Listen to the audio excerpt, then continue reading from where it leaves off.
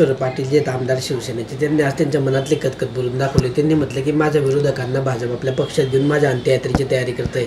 आणि भाजपची पॉलिसी राहिली आहे की विरोधकांना आणि आपल्या मित्रपक्षांना संपवायची भाजपची पॉलिसी, असं सत्तापीठ त्यांनी व्यक्त केलं आहे. नाही, जनरली त्यांच्या निवडणुकीमध्ये आपण पाहिलं असेल तर भाजपचे तालुका अध्यक्षच त्यांच्या विरुद्ध उभे होते.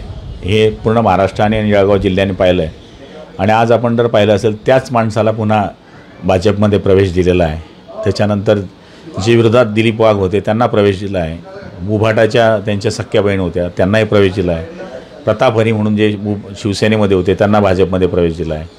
तर साहजिक आहे त्यांना हे चित्र दिसतं आहे की जे माझे सगळे विरोधक माझ्या विरुद्ध आमदारकी लढले त्यांनाच तुम्ही जर इथे प्रवेश देत असाल तर साहजिक त्यांचं बोलणं उचित आहे. आणि मला तरी असं वाटतं की जी नियमावली महाराष्ट्र लेवलला ठरलेली आहे ती नियमावली सगळ्यांनी पाळली पाहिजे. आणि ती पाळली नसल्यामुळे त्यांनी एकटा चलोरे नारा या ठिकाणी दिलेला आहे.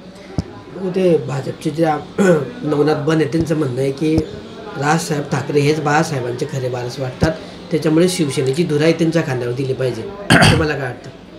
नाही, त्यांनी आम्हाला सांगू नये कोणाची धुरा कोणाच्या खांद्यावर द्यावी. त्यांनी आपलं भाजपचं प्रवक्तापद शांततेने सुरू ठेवावं. शिवसेनेची धुरा देण्याकरता एकनाथ शिंदे हे आमचे मजबूत आहे आणि ते काम करतील. राज्यात मतदार यादीमध्ये जो गोळ झाला आहे त्याच्यावरून राज ठाकरे म्हणतात की मी ह्या गोळ दूर करा नाही तर मी निवडणुका उद्या देणार नाही, असं बोलले राज ठाकरे. घोळ झाला असेल तर दुरुस्त केला पाहिजे ही सगळ्यांची इच्छा आहे. पण विनाकारण त्याचा भांडवल कोणी करू नये अशी अपेक्षा. उद्धव ठाकरे आणि राज ठाकरे आपलं संजय राऊत जे आहेत यांचा संघर्ष स्वार्थासाठी आहे. त्यांनी हिंदुत्व सोडल्याचा निकाल जनतेने विधानसभेत दिला आहे असं सुद्धा बोलले आहेत ते नवनाथ बन. खरं वाटतं का तुम्हाला?